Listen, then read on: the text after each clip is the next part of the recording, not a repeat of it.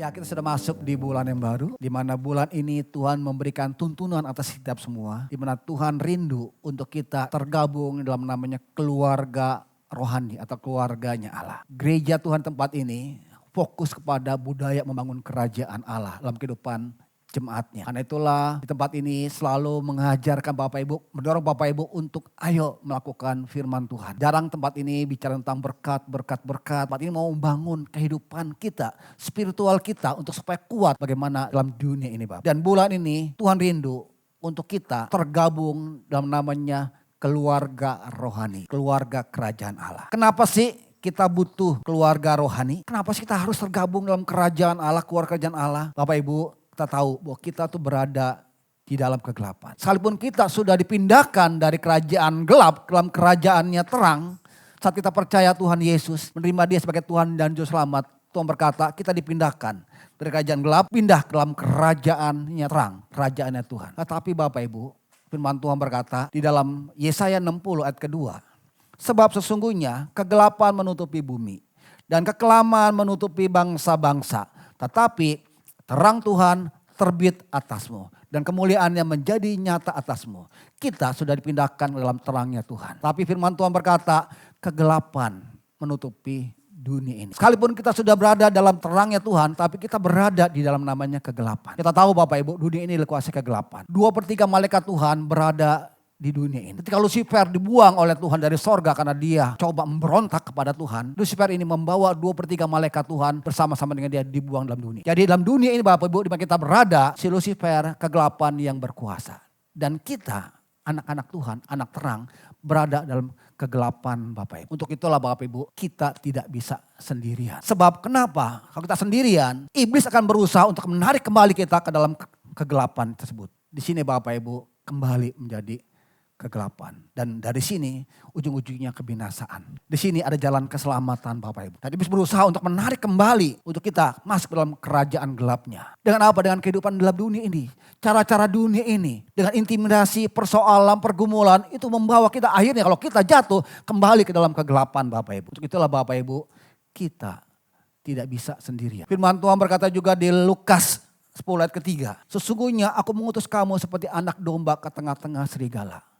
Tuhan mengibaratkan kita ke dalam kumpulan serigala-serigala. Ada gambar Bapak Ibu, ada domba di tengah-tengah serigala. Bapak Ibu tahu domba binatang yang jinak, binatang yang ya bisanya makan gitu loh. Ya bisanya ayo ya yang ngikutin itu domba. Dan domba ini ada di tengah-tengah serigala. Serigala tahu Bapak Ibu binatang buas yang makannya daging. Kalau dia sendirian domba tersebut akhirnya apa? Udahlah. Kalau kita sendirian Bapak Ibu, ya kita bisa bilang saya kuat, gak mungkin saya jatuh lagi dalam dosa. Gak mungkin saya balik ke sana lagi, gak mungkin. Kita tidak tahu kondisi kita Bapak. Mungkin saat kita kuat kita bilang gak mungkin. Tapi kita gak tahu saat kita lemah. Kita lemah, kita sendirian. Persoalan, pergumulan, intimidasi buat kita akhirnya sendirian Bapak Ibu. Dan ujung-ujungnya kita akan jatuh. Akibatnya ya kita akan kembali lagi ke kegelapan. Kita pakai cara-cara dunia Bapak Ibu. Akhirnya kita kembali lagi ke dalam kegelapan. Kerajaan gelap. Dan akhirnya, kalaupun Tuhan sudah pindahkan kita ke dalam terang, tapi kita berada dalam kegelapan. Ada serigala-serigala yang siap menerkam kita. Bahkan firman Tuhan berkata, si iblis seperti singa yang meraung-raung, yang siap menerkam kita ketika kita lengah. Kita gak tahu kapan kita lengahnya. Kita gak tahu kapan kita lemahnya. Nah saat itulah dia selalu mengintai kita Bapak Ibu. Dia siap membawa kita kembali ke dalam kegelapan. Bapak Ibu, ini yang Tuhan mau. Kita tidak bisa hidup sendirian.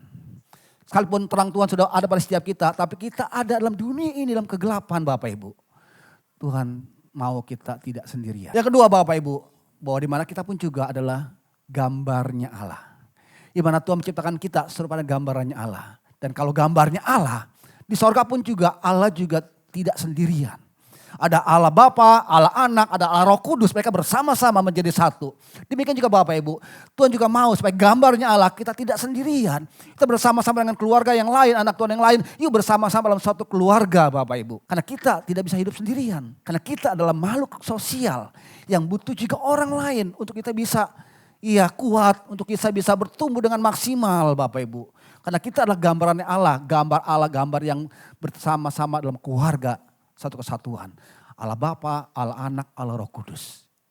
Kalau kita hidup sendirian Bapak Ibu, kita keluar dari gambarnya Allah. Dan kesendirian Bapak Ibu, serigala udah siap menerkam kita. Tergeletak, terkapar, akhirnya kita gak bisa buat apa. Akhirnya itulah Bapak Ibu, bulan ini ya digongkan tadi ya sama ya rekan-rekan dari live. Kita mau semua jemaat Tuhan tempat ini, ayo masuk bergabung dalam namanya keluarga Allah.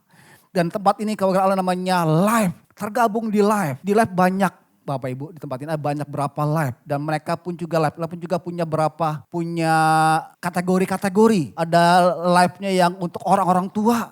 Bapak Ibu, kalau orang tua mungkin bisa bergabung dengan live-nya orang tua, orang-orang emas.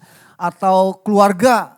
Ya tadi live Goshen itu keluarga Bapak Ibu. Live Sion pun juga keluarga. Iya, tapi live Sion ada di Tangerang, di Poris. Tadi live Goshen tuh ada di Arwana, Jembatan 2. Bapak Ibu, ada banyak lagi, ada DMC, dewasa muda, anak-anak muda. Bisa bergabung di live DMC. Ya, atau ada live yang lain, banyak Bapak Ibu. Nanti Bapak Ibu kalau ke lounge, nanti ada counter, bisa tanya, saya mau gabung live-nya, live mana yang cocok dengan saya.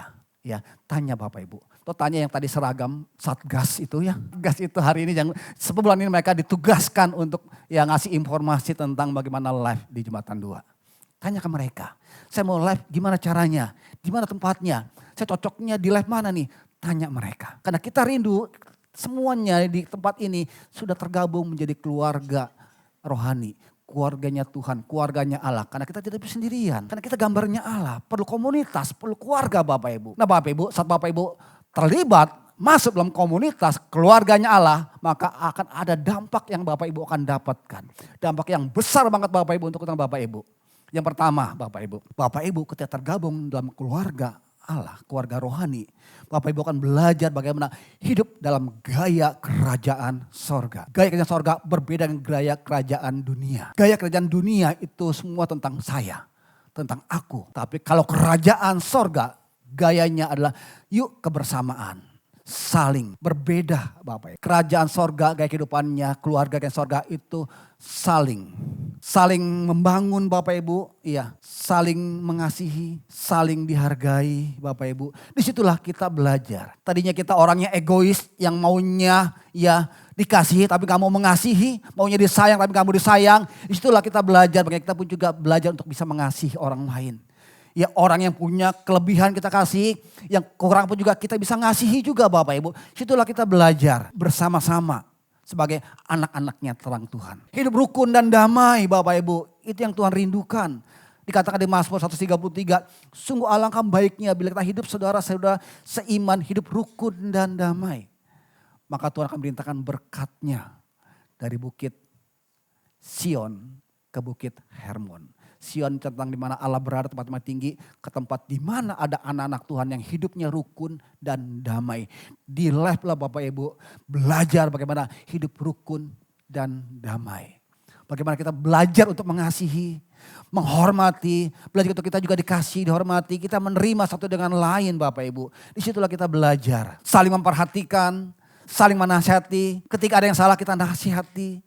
Kita tegur dengan cara-cara kasih Tuhan. Kalau cara dunia mungkin nasihat juga ya akan berbeda dengan cara dunia. Mungkin ada punya masalah pergumulan pasangannya. Pasangan gue kayak sepertinya di ini. Iya mungkin kayaknya ada ini selingkuh. Lu jangan mau kalah juga. Dunia bilang gitu. Lu juga bisa lakukan hal yang sama. Lu juga bisa cari yang lain. Itu cara dunia. Lu disakiti ya, lu bales. Ada pepatah bilang kan, iya gigi ganti gigi. Pembalasan lebih kejam daripada cara dunia. Tapi kalau cara Tuhan beda. Sabar. Yuk kita doa. Tuhan pasti punya rencana yang indah atas semua pergumulanmu, atas semua masalahmu. Yuk kita sama-sama doa, kita support, kita bantu. Itu cara-cara dunia, cara-cara kerajaan Allah Bapak Ibu. Bapak Ibu akan dapatkan ketika Bapak Ibu tergabung dalam keluarga rohani. Dalam namanya life. Ya dengan kasih. Bukan menegur untuk menjatuhkan. Lu udah begini, lu udah pasti lu beginilah. Lu udah begitulah pasti jadi beginilah. Tapi menegur untuk dia bangkit kembali.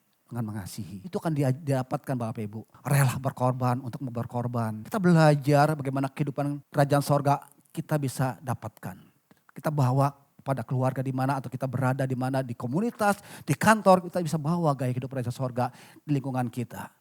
Sehingga di mana kita berada ada damai, ada terang Tuhan melingkupi lingkungan kita. Amin. Jadi dampak Bapak Ibu. Pengkhotbah 4 ayat 12 dari versi mudah dimengerti. Seorang musuh mungkin dapat mengalahkan satu orang. Tetapi dua orang dapat berdiri saling membelakangi, membela satu sama lain. Bahkan tiga orang akan lebih kuat. Mereka seperti tali yang terdiri dari tiga bagian yang sulit disatukan, sangat sulit untuk memutuskan. Bapak Ibu kalau sendirian, Bapak Ibu seberapa kuat juga Bapak Ibu pasti bisa dijatuhkan. Dikalahkan. Walaupun dia sudah terima terang Tuhan, tapi dia ada dalam kegelapan. Di mana dunia berada. Bisa akan berusaha untuk menarik dia kembali ke sini. Dia kuat, dia gak bisa terbawa. Tapi ketika dia lemah, di kantornya, di usahanya, punya pergumulan, masalah, dia sedang lemah. Maka dia lemah, iya kecil kekuatannya, maka dia akan gampang saling bawa. Jadi kembali dalam kerajaan gelap. Sendiri gampang dikalahkan. Katakan dua orang dapat berdiri, saling membelakangi, membela satu sama lain. Berdua, katakan dua orang saling berdiri, saling membelakangi, membela satu dengan lain. Berdua lebih kuat.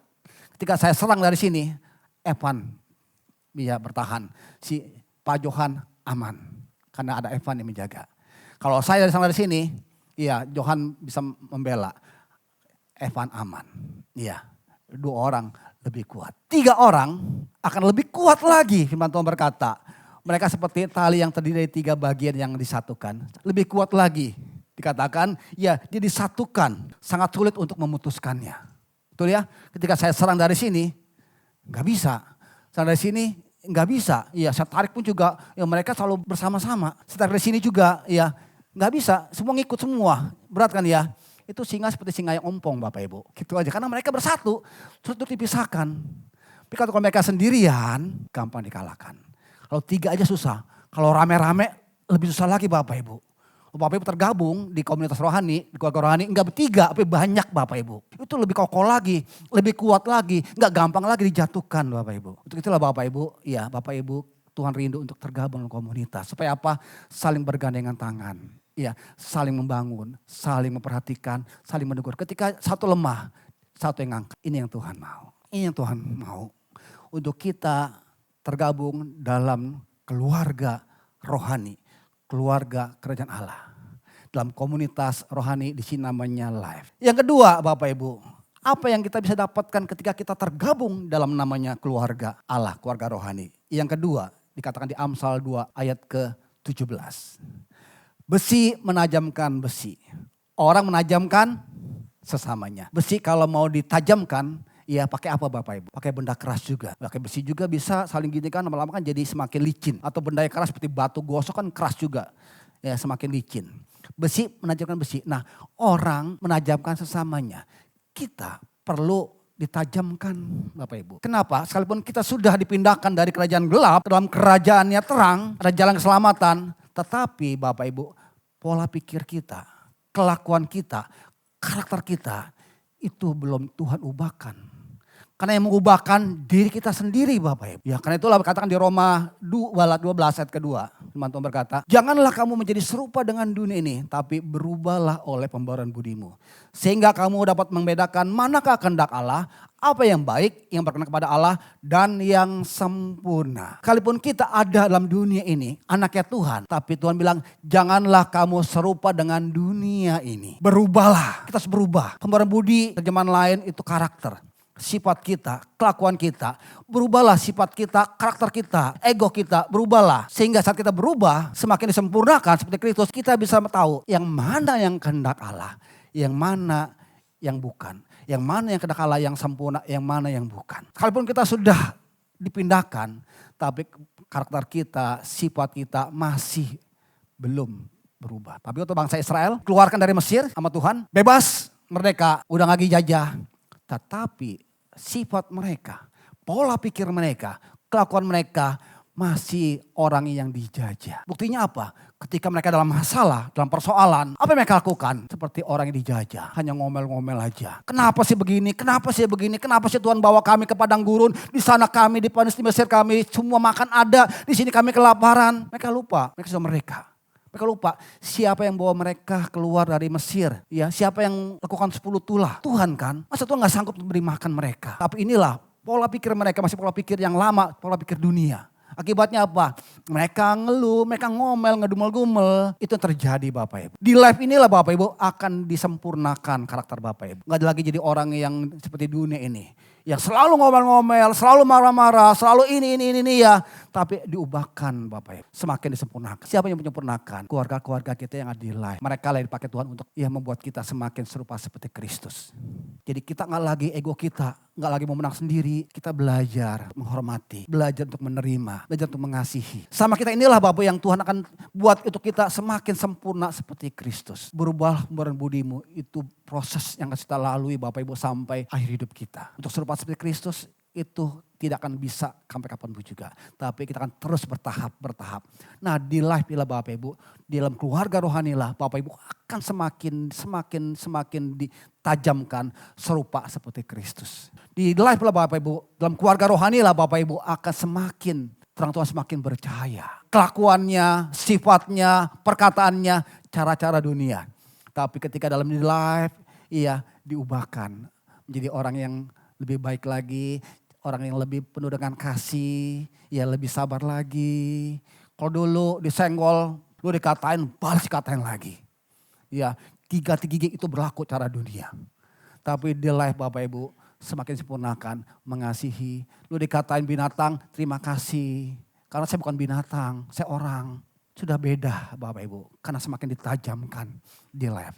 Di live Bapak Ibu semakin disempurnakan. Ini Bapak Ibu akan dapatkan ketika Bapak Ibu tergabung dalam namanya keluarga rohani, keluarga Allah.